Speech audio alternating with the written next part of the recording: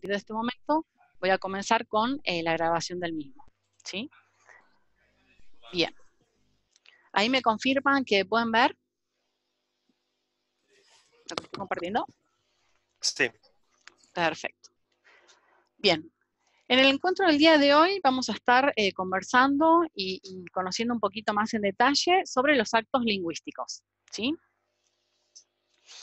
Dentro de cuando queremos hablar de centrarnos en lo que es un acto lingüístico en sí, a qué nos estamos refiriendo, qué significa, empezamos con definir esencialmente lo que se conocía hace un tiempo sobre lo que eran los actos lingüísticos. Tradicionalmente, el concepto o lo que definía este término era el lenguaje que describe la realidad, ¿sí? Tenemos una realidad que nos rodea y el acto lingüístico era poder contar con palabras cuál es la realidad que estoy viviendo.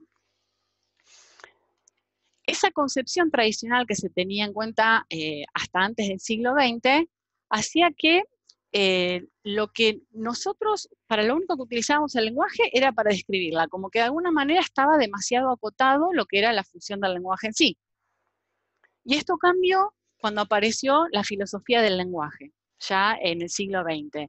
¿Y qué es el nuevo enfoque o la nueva interpretación que se hizo sobre el acto lingüístico en sí? Se empezó a considerar que no solo estamos describiendo la realidad en el momento en que nosotros hablamos, sino que también actuamos, realizamos cierta acción. Entonces ahí comenzamos a considerar al lenguaje relacionado con la acción, no con una mera descripción sin demasiado interacción con el resto. Entonces, la nueva definición o la modificación que se hizo a lo que es el acto lingüístico es que se refiere a los actos que realizamos al hablar. ¿Sí? Ya tenemos una concepción un poco más amplia, no solamente a la descripción de la realidad per se. Entonces, para hacer una pequeña distinción de qué se consideraba lo que era el acto lingüístico antes de la aparición de la filosofía, podríamos decir del siglo XX, es que los actos lingüísticos estaban constituidos por el ser humano y el lenguaje que por medio del lenguaje describía la realidad.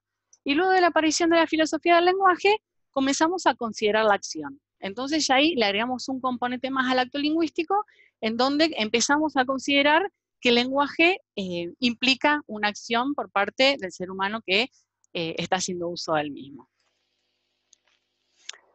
Tenemos diferentes tipos o categorías de actos lingüísticos, entre los cuales podemos destacar los descriptivos, que como decíamos anteriormente son los que describen meramente la realidad, contamos o reportamos cómo es el mundo que nos rodea, y dentro de ellos tenemos las afirmaciones.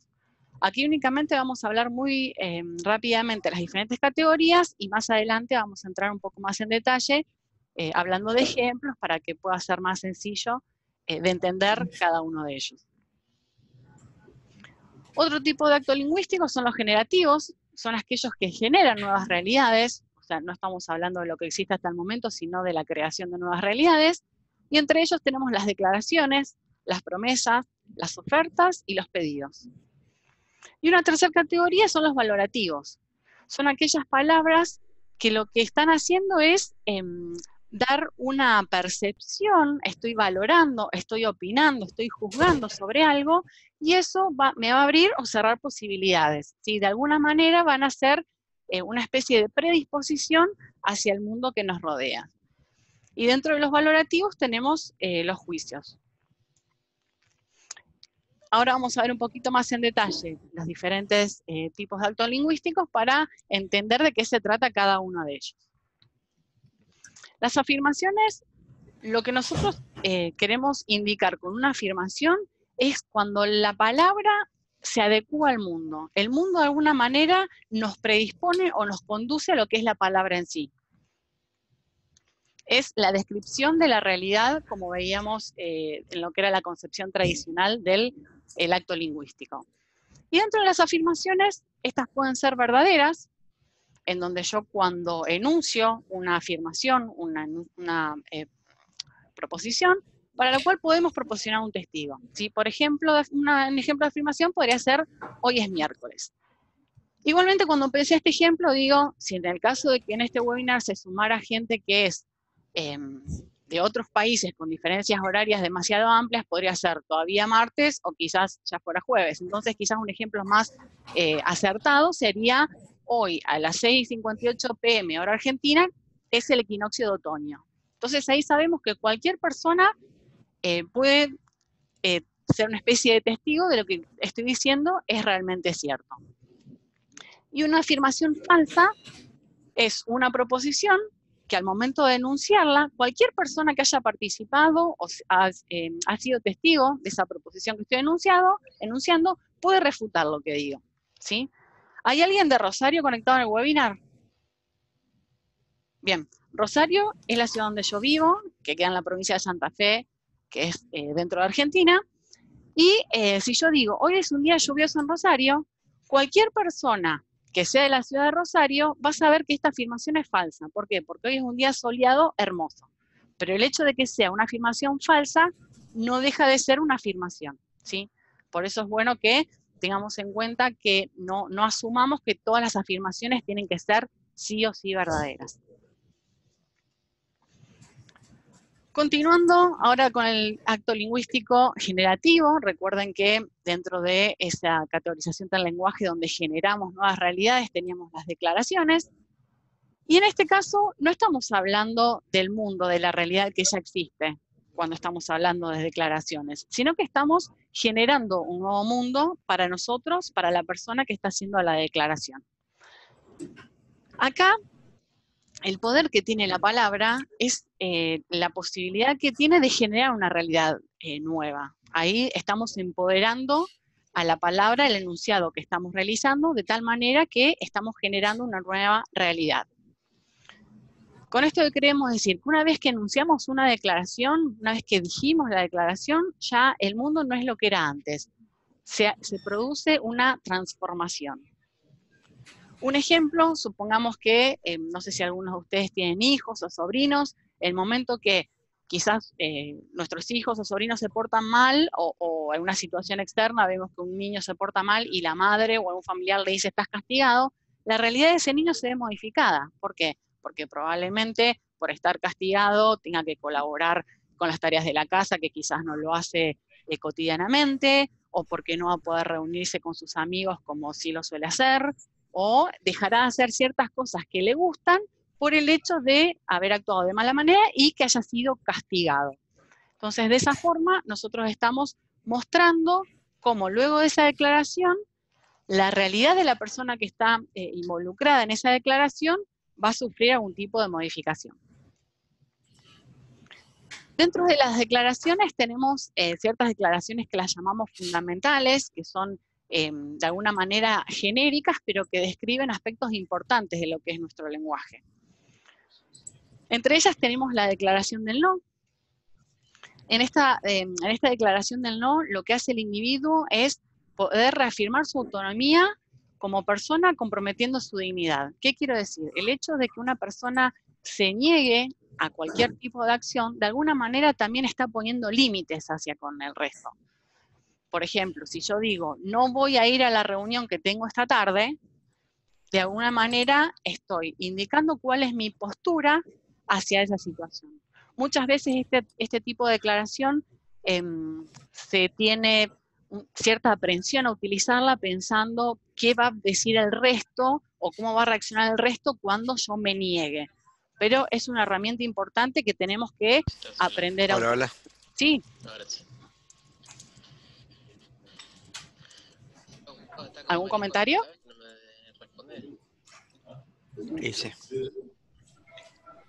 Ok, les pido por favor que se muteen, así no generamos ruido, y cualquier duda o consulta lo vamos revisando al final de la Puta, presentación. este pelotudo es más pelotudo, boludo. El experto. Ahí, Gus, ¿estás El hablando? experto me leo. ¿Puedes hablar? Sí, me dice. Entonces te llamé y a veces no estoy en la daily.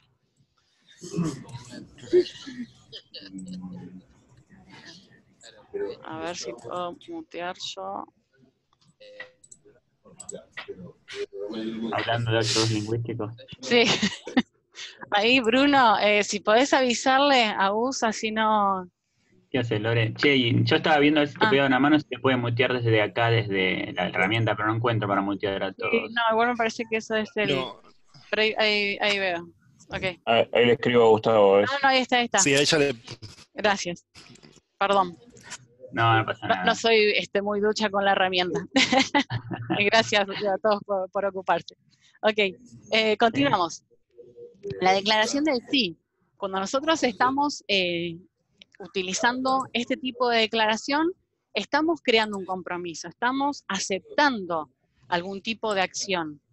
Cuando nosotros estamos generando este compromiso, aceptando una acción, el hecho de que nosotros finalmente cumplamos o no con lo que nos comprometimos, ahí vamos a poner en juego lo que es el valor y el respeto de la palabra que dimos. Entonces también es muy importante poder tener en claro lo que implica esta declaración del sí y del no. Y yo pensaba, debe ser una cintita o algo, pues no, porque me asomé y no se siente por dentro. Bien. Rajado. No, es que... Y por fuera. A ver. Sí lo sentí por fuera. Ay, perdonen, pero los voy a mutear a todos. Ahí está. Disculpen la interrupción. Continuamos. Luego la declaración de ignorancia.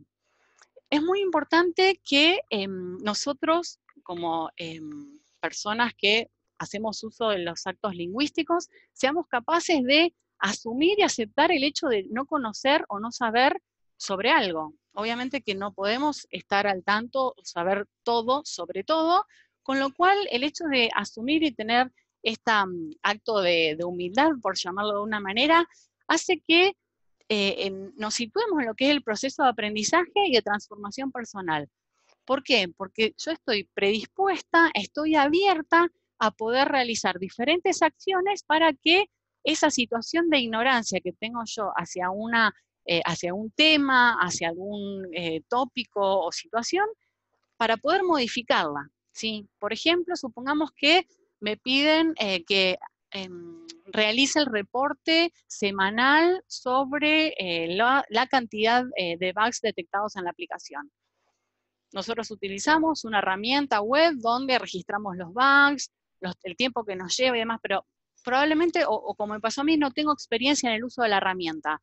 Si yo no tengo conocimiento, no lo sé utilizar, lo mejor que puedo hacer, quizás inconscientemente, como lo hice en este momento, no tengo conocimiento de esta herramienta, les pido disculpas, denme unos minutos que voy a tratar de ver si lo puedo solucionar.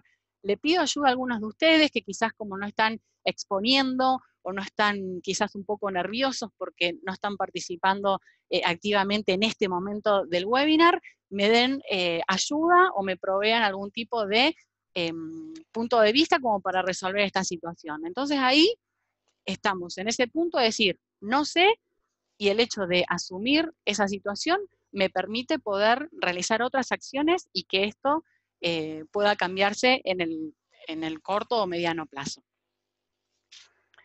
Bien, continuando, otra declaración es la de gratitud. Este tipo de declaración lo que implica o lo que apunta es a generar las relaciones con los demás, con el entorno que me rodea. El hecho de poder dar las gracias hacia las personas con las cuales yo estoy en contacto, ya sea por algún tipo de ayuda que me brindaron o algo que me hayan facilitado o cualquier tipo de situación en la cual alguna persona estuvo ayudándome y yo poder darle las gracias, es una situación en la cual generamos un vínculo con esa persona. No solo yo dando las gracias y reconociendo a la persona que me ayudó, me dio soporte o colaboró conmigo, sino la persona a la cual yo le estoy diciendo gracias también se siente valorada. Entonces, con esa interacción de decirle muchas gracias por tu tiempo, por haberte sumado al webinar, por ayudarme con el reporte, por ayudarme con el material de esta presentación, ahí estamos generando ese vínculo con las personas con las cuales interactuamos. Luego tenemos la declaración del perdón. Aquí estamos hablando de un acto de liberación personal. Y lo importante de este acto de perdón es que no solamente nos vamos a focalizar o considerar el hecho de asumir o aceptar de que le hemos hecho daño a un tercero, sino también el hecho de poder reconocer cuando nos hemos hecho daño a nosotros mismos, con lo cual esta declaración de perdón implica tanto el hecho de pedir perdón a un tercero, te pido disculpas, perdóname, el hecho de poder perdonar a otra persona, te perdono, y el hecho de poder perdonarme a mí mismo. Con el hecho de perdonarme a mí mismo por cualquier situación que haya sucedido, que yo haya vivido, dejo de castigarme de alguna manera por esa situación, asumo lo que haya pasado, me perdono y continúo hacia adelante. Y por último, la declaración de amor. Muchas veces pensamos que el hecho de decir te quiero o te amo a las personas que nos rodean, por las cuales sentimos ese sentimiento, no va a hacer que cambie la realidad. Y es cierto, no va a cambiar el sentimiento. Lo que sí va a cambiar es la construcción de la relación con el otro, ¿sí? Porque forma parte de esa construcción del mundo compartido. Entonces, muchas veces creemos que únicamente con los hechos o con la ejecución de acciones es suficiente, pero el hecho de poder expresar en palabras lo que es el amor en sí también aporta a lo que es la construcción de ese vínculo compartido. Y luego continuamos con los juicios, que lo teníamos dentro de los tipos de actos lingüísticos valorativos, ahí donde vamos a emitir una valoración, vamos a dar una opinión, también se le suele decir.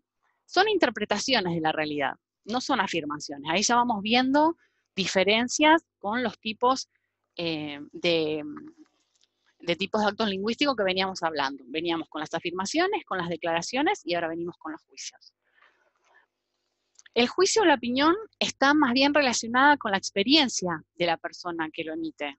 O sea, todo va a estar condicionado de alguna manera con el pasado de esa persona, con su forma de vida, con las creencias en las cuales se ha desarrollado esa persona, ha vivido, y con los valores que tenga.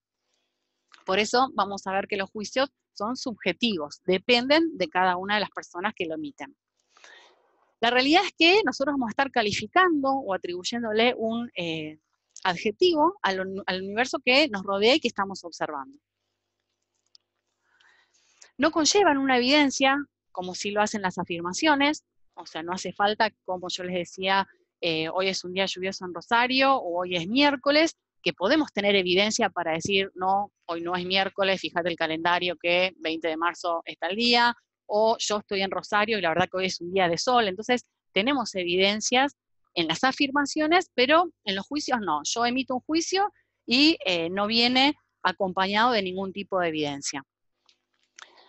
Y acá, al igual que las declaraciones, depende de la autoridad y el poder del que emite el juicio, ¿sí? Por ejemplo, si yo estoy emitiendo un juicio, estoy mirando por televisión el juicio a una determinada persona, y digo, esa persona es culpable. Mi juicio, como yo soy una persona común, no pertenezco al jurado que está juzgando a esa persona, la realidad es que mi juicio no tiene sentido, no tiene validez. ¿Por qué? Porque puedo emitirlo, pero la autoridad con la que lo emito no tiene relevancia.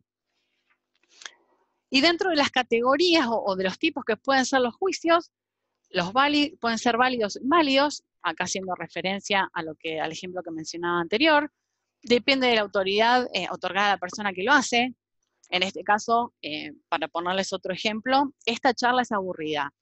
Si me lo dijera algunos de ustedes, la verdad que yo lo tomaría como un juicio totalmente válido. ¿Por qué? Porque yo los convoqué, creo que este tema les podría interesar, me gusta que ustedes puedan darme feedback o compartirme sus experiencias, pero quizás sí, yo tengo mi hermana más chica, es maestra jardinera, probablemente esto no le interese. Entonces, si ella me dice, esta charla es aburrida, entiendo que pueda no servirle a ella, pero como que no creo que es una opinión relevante para mí, porque estoy hablando de algo sobre lo cual ella no tiene conocimiento o no le interesa. Entonces ahí hacemos la diferenciación entre si un juicio es válido o inválido. Y también puede ser fundados o infundados. Acá, ¿qué hacemos referencia? Acá va a estar relacionado en cómo se relaciona con las experiencias del pasado. Si yo meto un juicio, supongamos que Alejandra hipotéticamente es una compañera mía de trabajo, yo digo, Alejandra es irresponsable.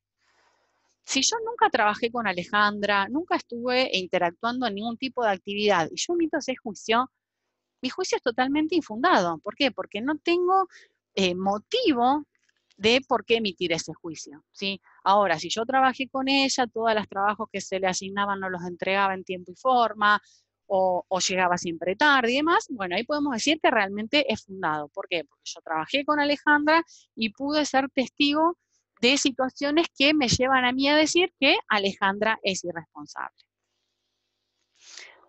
Y ahora, para hacer una especie de resumen y hacer un poco más dinámica lo que es esta charla, les voy a presentar ciertos enunciados y me gustaría que entre todos podamos definir si son afirmaciones, declaraciones o juicios, de acuerdo a lo que estuvimos viendo en cuanto a los tips para identificar cada uno de ellos y ver cómo ustedes pudieron quizás interpretar los ejemplos que yo les di o si tenemos que reforzar algunos de los conceptos que revisamos. Si hablamos que el año pasado terminamos 3 proyectos en tiempo, ¿qué les parece? ¿Que eso es una afirmación, una declaración o un juicio? Es una afirmación.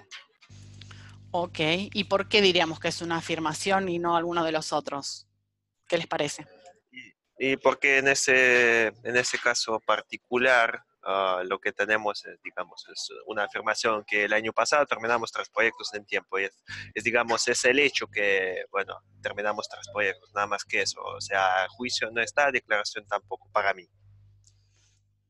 Ok, si de alguna manera tenemos evidencia la cual avala la cantidad de proyectos que terminamos en tiempo, ¿sí? Muy bien, muchas gracias por tu aporte.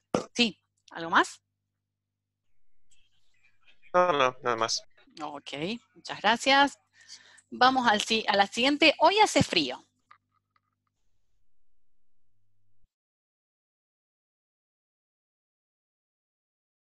Afirmación.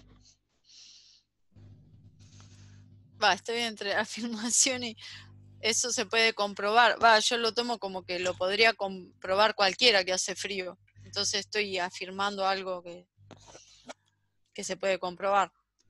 Bien. ¿Y con qué otra estabas dudando, Sabri? Y si es puede ser un juicio a mi valor, porque por ahí yo soy friolenta y digo hace frío y otra persona es calurosa y para él está bien el clima. Entonces Exacto. puede ser ambiguo. Exacto, sí. Viene ahí con la aclaración y por eso quería consultar a ver o que vos compartieras con nosotros cuál era tu duda. La realidad es que esto lo vemos más como un juicio. ¿Por qué? Porque como dice Sabri, hoy hace frío, pero hoy hace frío y es mi opinión. Si quizás viene una persona que vive en Alaska y viene a Buenos Aires, a Rosario, es decir, esto no es frío. O sea, dependiendo de cómo nosotros hemos vivido, dónde hemos estado y demás, tenemos esas percepciones u opiniones que están sesgadas de alguna manera.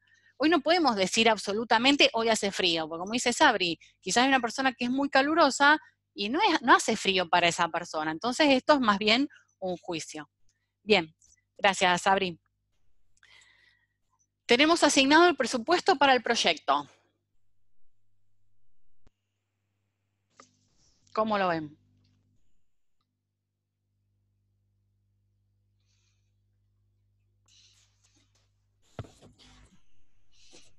Una declaración. Podría ser una declaración. Ok, ¿y por qué te parece, por qué les parece que podría ser una declaración? Y porque está como informándole a su equipo, es como que le informa a su equipo una afirmación que tiene, como que es algo que puede comprobar, pero está como diciéndolo a los demás, informándoles. Ok, bien. Me parece. Está bien, sí, el problema acá, recuerden que ni yo soy experta en nada y la idea es que aprendamos entre todos y por eso quizás indago, no porque diga está mal y quiero ver por qué lo justifica, para nada. La idea es que entre todos compartamos. Acá, respecto a este tercer enunciado, nosotros decimos, tenemos asignado el presupuesto para el proyecto. Recuerden que cuando hablamos de declaración, hablamos de algo en donde yo iba a generar una realidad, algo nuevo, un mundo nuevo.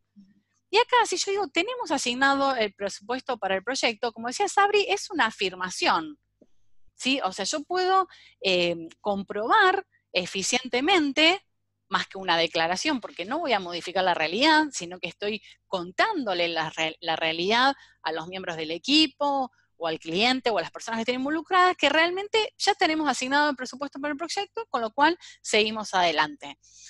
Por ahí a veces suena un poco confuso, pero la idea es que vayamos viendo aquellos puntos o características que nos diferencian, ¿sí? El juicio es cuando es una opinión, algo particular de la persona. La declaración, pensemos, vamos hacia el futuro. ¿Qué es lo que quiero crear? Va a ser algo que por el momento no está y yo voy a trabajar para generarlo. Y la afirmación, algo que está y que lo vamos a estar describiendo. Quizás esos tips nos ayuden más adelante en nuestra vida diaria para empezar a identificar con un ojo un poco más crítico este tipo de situaciones. Bien, esta vez haremos un buen trabajo. ¿Aquí qué les parece? Y que es una declaración. No es un hecho consumado. Es algo que... Y bueno, para mí es un juicio, porque también, o sea, esta vez haremos un buen trabajo, pero va. Depende, bueno, depende Sí, de qué contexto depende, sea. sí. Ok. Sí. Tal cual, sí. ¿Una actitud optimista o está validada por acciones que se realizaron, ¿no? Ok, sí. Uno se asegura que va a hacer un buen trabajo, ¿no? Ok, y la idea es también, si yo estoy diciendo, esta vez haremos un buen trabajo, pensar qué es lo que voy a hacer para realmente lograr eso. Porque digo, si esta vez haremos un buen trabajo, quiere decir que las veces anteriores parece que no lo hice. Puedo inferir, pero digamos, tratar de pensar un poquito el contexto. Bien. Sí, lo tomamos más como una declaración, ¿por qué? Porque es algo que yo estoy pensando o proyectando para el trabajo que voy a comenzar, ¿sí? La realidad es que cuando estamos emitiendo una opinión, quizás nos orientamos más a opiniones sobre un hecho in situ, del presente, diríamos. Pero como decía Yuri y Javi, es también ver en qué contexto estamos haciendo este tipo de declaraciones, juicios o afirmaciones. El proyecto comenzó el viernes pasado. ¿Aquí qué les parece? Y hay un hecho consumado, una realidad. El proyecto comenzó. Exacto. Es algo del cual podemos tener evidencia, poder corroborarlo. Mis compañeros, las personas que estén involucradas pueden afirmar eso. Bien. Y acá, la última, creo que estamos preparados para afrontar proyectos en gran escala. Juicio. Ok. Sí, Porque una juicio opinión. claramente sí es una opinión, sí. Es una opinión personal. Bien.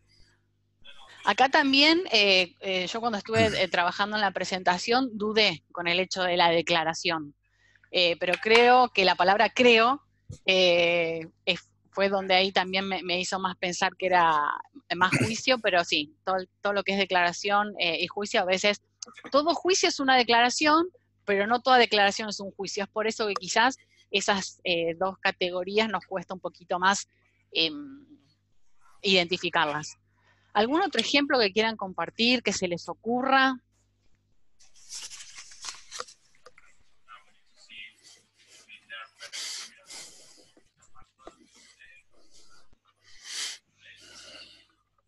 Igual me parece que los aturdí con tantos ejemplos, pero bueno, la idea es que pudiéramos practicar y que entendamos bien la diferencia de cada uno de ellos. Bien. Dentro de lo que habíamos enumerado inicialmente con los tipos de actos lingüísticos, teníamos los que son los actos de lenguaje generativo, habíamos hablado de las declaraciones, y vamos a hablar un poquito sobre lo que son las promesas, ¿sí? Que es otro acto lingüístico. La idea de las promesas es que vamos a estar coordinando entre dos o más personas Acciones para que una vez que las coordinemos y las realicemos, cumplamos esas promesas, ¿sí?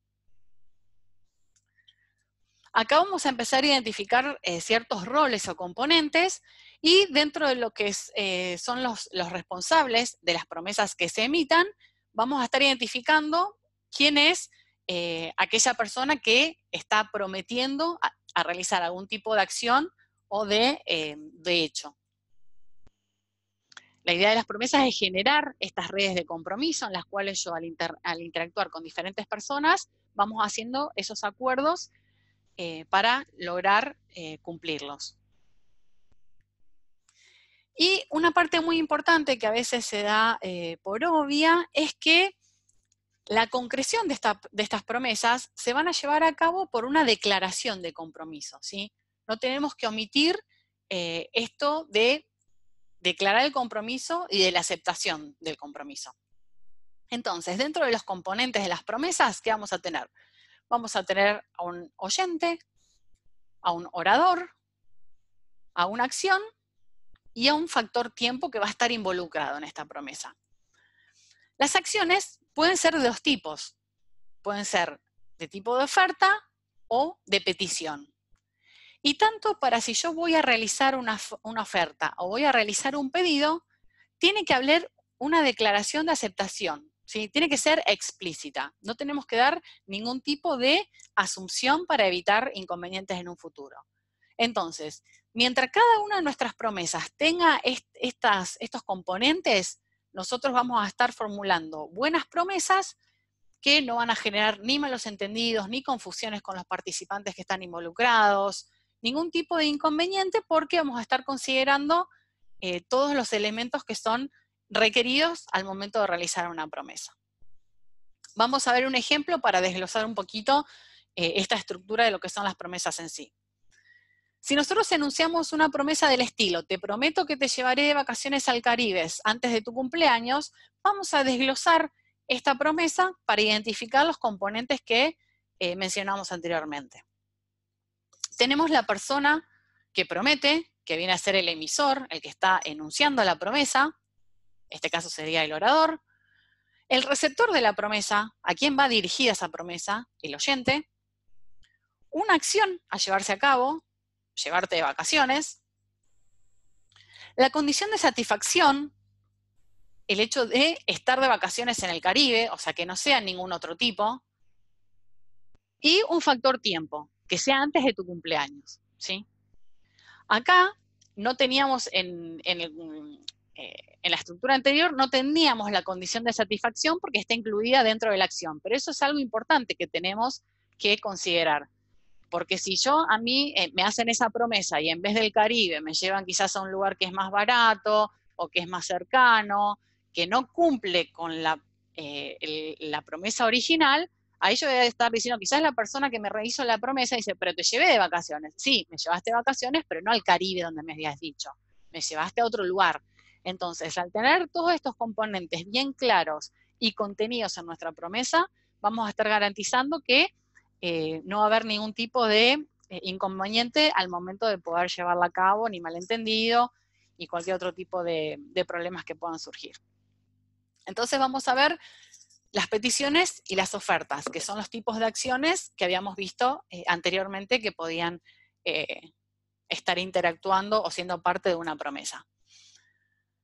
Las peticiones parten de una inquietud. ¿Por qué?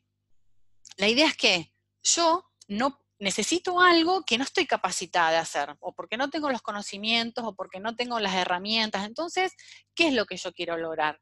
Es obtener una promesa del oyente, o sea, yo como orador quiero obtener la promesa del oyente para generar un compromiso entre el oyente y el orador, ¿sí? Y la idea es que la persona que está, el orador que está buscando un cierto pedido, quiere que esa petición se cumpla, y la persona a la cual le llega el pedido quiere cumplirla, ¿sí? Entonces ahí generamos entre el orador y el oyente ese compromiso. El orador quiere que se cumpla su petición y el oyente que está aceptando ese pedido quiere poder cumplir ese pedido. Y la realidad es que las hacemos en el presente buscando una acción en el futuro. Y otro tema importante es que cuando nosotros realizamos un pedido, necesitamos que este sea aprobado, ¿sí? Necesitamos esa declaración del sí, porque si yo no obtengo ese sí, la realidad es que no estoy haciendo ningún tipo de promesa, no se está llevando a cabo y el compromiso tampoco se está generando. Entonces, no tenemos que dejar de lado esa aceptación bien explícita. Y con respecto a las ofertas, la idea es proponer a otros llevar a cabo una acción de acuerdo a futuro, de acuerdo a ciertas condiciones. O sea, yo me siento capaz de hacer algo por otro, entonces yo ofrezco eso que soy capaz de hacer, de decir o de llevar a cabo. Y nuevamente acá son promesas condicionales, porque nuevamente las ofertas requieren de la aceptación de otra persona, porque muchas veces pensamos que por ofrecer esta no es una parte importante, pero si yo digo, ¿querés que te ayude con la generación del informe? Necesito que la otra persona me diga, sí, bueno, hagámoslo juntos, necesitamos esa interacción y esa validación. Y el hecho de, cuando generamos estas promesas, hay una parte importante que tenemos que tener en cuenta, qué es lo que pasa cuando estas promesas no se cumplen, ¿sí? La realidad es que las personas afectadas por ese incumplimiento de la promesa, ya sea porque hizo un pedido y ese pedido no fue cumplido, o hice una oferta y esa oferta no se llevó a cabo por diferentes motivos, genera cierta desconfianza a futuro a esa persona, porque si yo prometí algo, generé un compromiso y no lo cumplí, es difícil que vuelva a confiar. Y la idea es que ante el incumplimiento de promesas podemos actuar de dos maneras diferentes. Una, efectuando un reclamo, en donde nosotros manifestamos la molestia de por qué, de no haber cumplido con eso que se había prometido, y tratar de entender si de esa promesa incumplida se puede generar una nueva promesa, ya sea por un nuevo pedido o una nueva oferta, y dar otra oportunidad para cumplirla, ¿sí? Esto es una actitud un poco más positiva, por decirlo de alguna manera, porque por otro lado tenemos lo que es la queja, ¿sí? Yo puedo reclamar o quejarme. La queja lo que implica, sin duda, es un estado de ánimo negativo, ¿sí?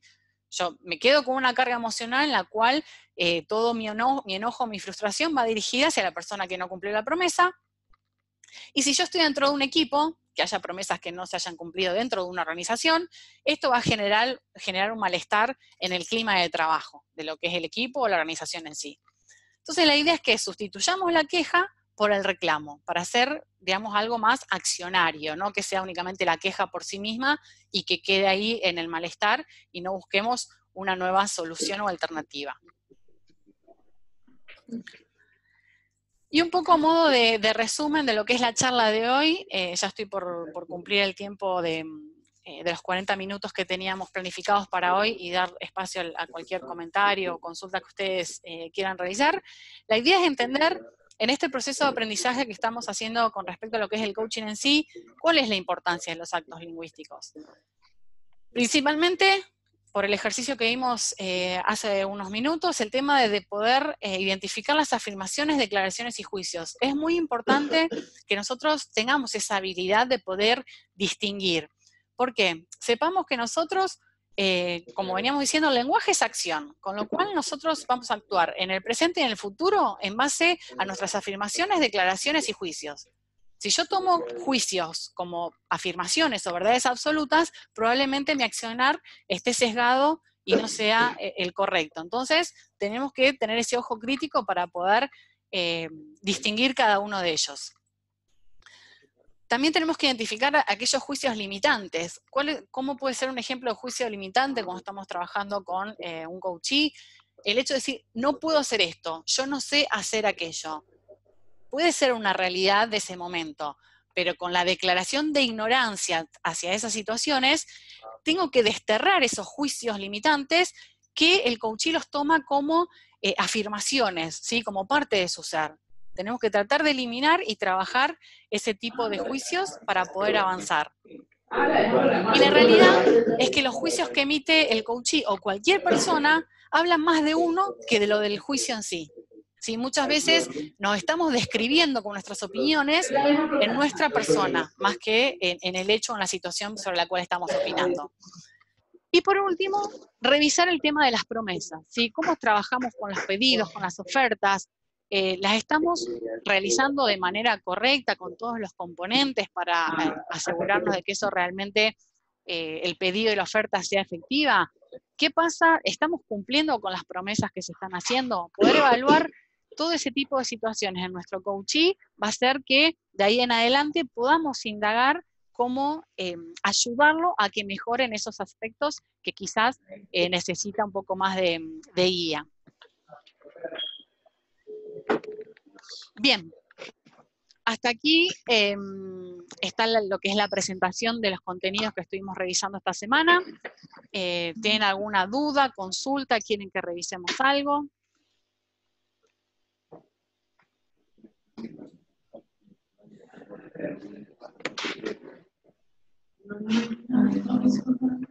Bueno,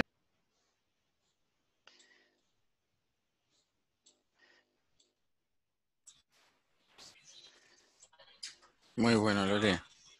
Bueno, gracias, Javi, que pudiste sumarte ahí. Me gustó bueno.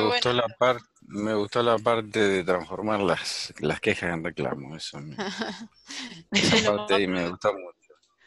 Si no, nos generamos soluciones, ¿viste? Estamos siempre criticando, pero no hay una acción orientada al bien común, ¿viste?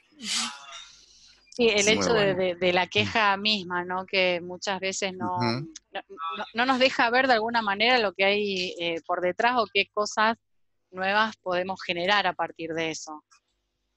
Sí, y se puede transformar en algo personal y no en una respuesta pensando en, no sé, en un producto o en un cliente, o sea, en lo que tiene que andar bien, ¿no? O sea, se centra en una acción muy buena. Muy bueno, Lore, la verdad que todo. La idea es que estuvo muy bueno. Buenísimo. Gracias, Sabri y Javi, por el feedback. La realidad es que así como yo estoy en el proceso de aprendizaje, puedo compartir los conocimientos con ustedes, podamos quizás comenzar a implementar o a prestar un poquito más de atención en nuestro trabajo diario, qué cosas vemos que hacemos y que quizás no nos juegan a favor de nuestro trabajo diario, y ver qué cositas podemos empezar a implementar en nuestros equipos, además de implementar en nosotros mismos, obviamente, siempre tenemos que partir de nosotros para con el resto, y todas las experiencias y los comentarios que ustedes aportan en cada uno de los webinars, la verdad es que también a mí me enriquecen mucho, por eso es que trato de que estas reuniones sean recurrentes en cada uno de los encuentros que tenemos con mis compañeros del curso, y poder sumarlos a ustedes para que también participemos todos de este proceso de aprendizaje. Les agradezco por haberse sumado, sé que es de horario de trabajo, pero bueno, son 30, 40 minutos que destinaron de su tiempo para poder sumarse, así que la verdad que valoro mucho y les agradezco que me ayuden con este proceso, porque la realidad es que esto es parte del proceso de aprendizaje, y si ustedes no se sumaran, esto no sería posible. Así que muchísimas gracias, chicos. No, gracias a vos, Lore. Gracias, Lore. Muy bueno. Hasta la próxima, y como siempre les digo, no duden en forwardear el invite a las personas que crean que les puede servir. Buenísimo. Muchas gracias, que tengan un buen día. Chao, gracias. Chao, chao. Hasta luego.